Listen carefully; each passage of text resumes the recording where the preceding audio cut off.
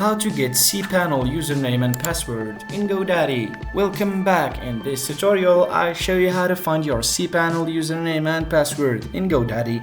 Accessing cPanel is crucial for managing your web hosting, so let's get started.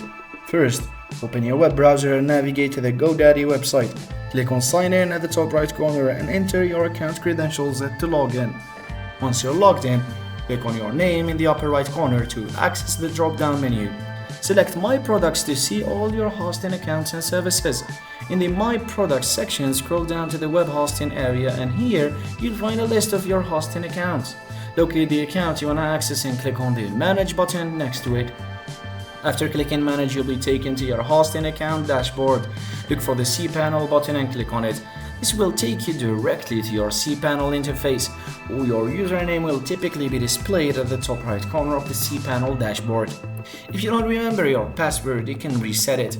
So go back to the hosting account dashboard and find the option to change password under the settings section. Follow the prompts to create a new password. And that's it. You've successfully retrieved your cPanel username and password in GoDaddy. If you found this tutorial helpful, please give it a thumbs up and subscribe for more web hosting tips.